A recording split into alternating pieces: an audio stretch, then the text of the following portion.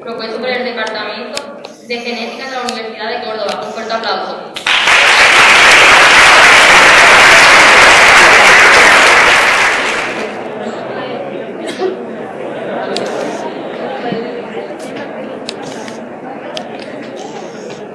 Hello everybody, this is our project. We are 4 different schools, one from Málaga and the 3 from Sevilla. We are 16 of so we have a lot of work behind the people that are going to talk. This is the index. During the last decade, there has been a tremendous increase of juvenile obesity, as well as the prevalence of chronic diseases associated with the metabolic syndrome. It has been proven in Spain and the rest of the developed countries. We can find some factors as the negligence of the Mediterranean diet or the negligence of the healthy lifestyle. According to studies executed in 2008, more than 500 million suffered from obesity. Many of the world's most occurring and significant diseases like cancer or cardiovascular diseases, along with diabetes mellitus, are attributed to overweight and obesity. The oleinoleic acid is a compound whose interest is constantly increasing due to its exceptional pharmacological properties. Here we can find the ones from the right, from my right, are the general benefits, and the one from the left, my left, are the benefits for the diabetes illness. The main goal of our project is to obtain oleinoleic acid from olive leaves. This bioactive compound could be introduced into olive oil and supplementing it and make it more healthy. We have some objectives in our project that are to learn how to handle homemade extraction and purification techniques for the oleinoleic acid, learn chromatography analysis techniques and know how to read chromatograms, and learn how to do the machine works, determine the richness and purity of the oleinoleic acid obtained directly from the leaves, analyze the results, and work in groups. Now, if you with my partner,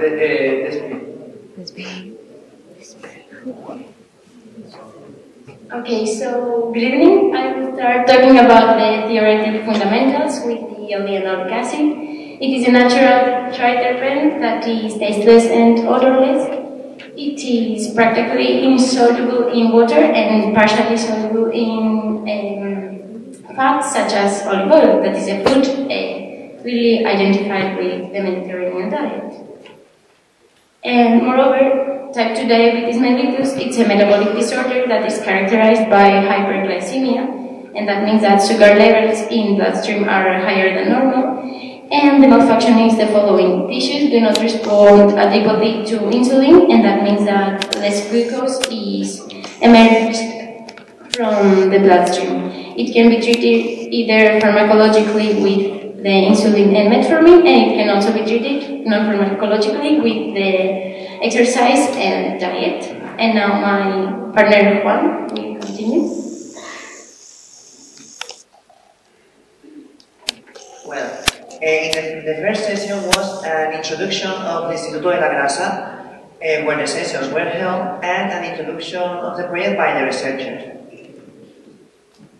The second session and the samples were delivered for the further investigation, and the researchers explained us the 2 types of chromatography used at the samples.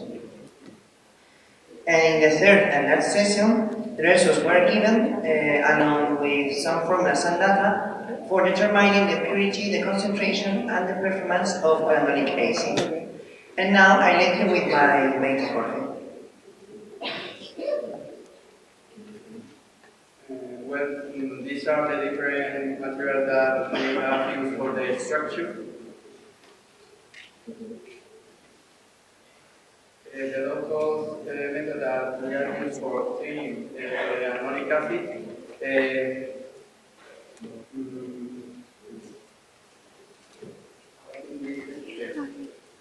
of all, we put the olive leaves into a container with the ethanol, and we let it there for 3 hours, shaking it each 10 or 15 minutes. Then after the 3 hours, we filter the leaves with different instruments. Finalize that process, we take a 20 milliliters sample for their analysis, and we let the strut evaporating until it reaches the acid of its initial volume. After that, it starts to grow crystal of oleanolic acid. And finally, we filter the solid with a filter paper. In the project, we have carried out with different variables into the extraction. For instance, a group decided to separate the different leaves depending on the color of the leaf.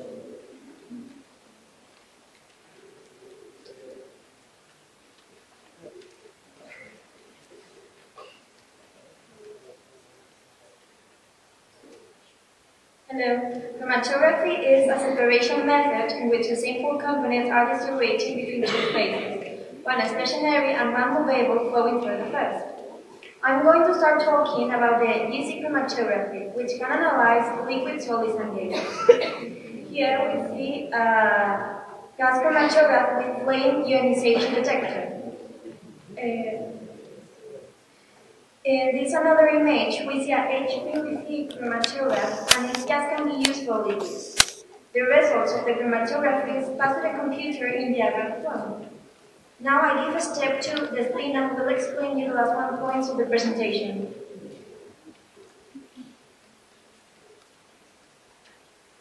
Okay, so the data collection was done during the third session, and the following charts, along with the chromatograms, were collected to help us treat the results. In the first one, you can see the concentration and performance formulas that we used for the gas chromatography chromatograms. And in the second, you can see the purity and performance formulas used for the liquid chromatography chromatograms. Chromatograms provide us information such as the area of the oleanolic acid, as you can see over there. And this is the final chart, where you can see all the final results after the treatment and analysis. So concentration results are on top, and purity results are below. And how did we go? Well, the highest concentration was the one of ES Chávez Novales and ES Juan Ciudad Duarte. The highest purity was from ES Martín Rivero, and finally the highest performance was achieved from ES Ithaca. And these are our conclusions, where with the application of low-cost and DIY process, we obtained solid crystals of oleanolic acid with a purity around 30%. The difficulties were found during the concentration and crystallization because the extraction was slow due to the fact that the weather was very cold. It was January. It's important to mention that we achieved all the goals of our project and that we are very proud of our purity, the 30%, because comparing to some companies that have achieved 45% and by professional media, well, we are very happy to do it with a low-cost extraction and achieve a high purity. We would like to thank Instituto de la Grasa for providing us with their material.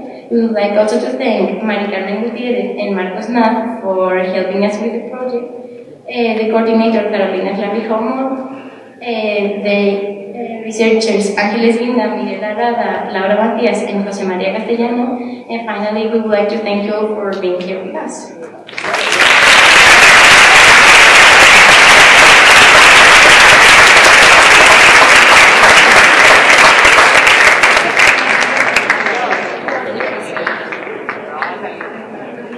¿Tenéis alguna pregunta?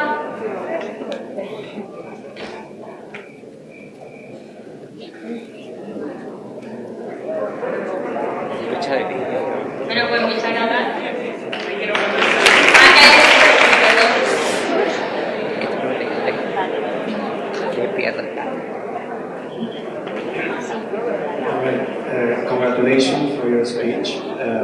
I have a question about the instruments you have used to do it. Did you know this kind of laboratory stuff before participating in this activity?